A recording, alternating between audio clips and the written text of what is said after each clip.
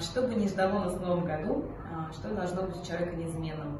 Человек должен стараться быть лучше, чем он есть сейчас. Он должен развиваться, он должен просвещаться, он должен обратить взор на себя, в свою душу, в свою семью, чтобы это нести дальше, чтобы быть лучше, не зависеть ни от кого, не завидовать никому, чтобы принимать свою жизнь.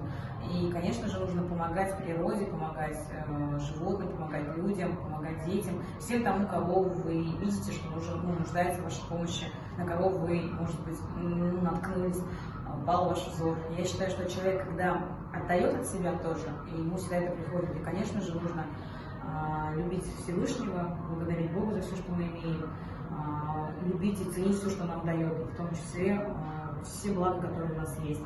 И всегда, как бы вам тяжело не было, за воротом будет новый какой-то путь.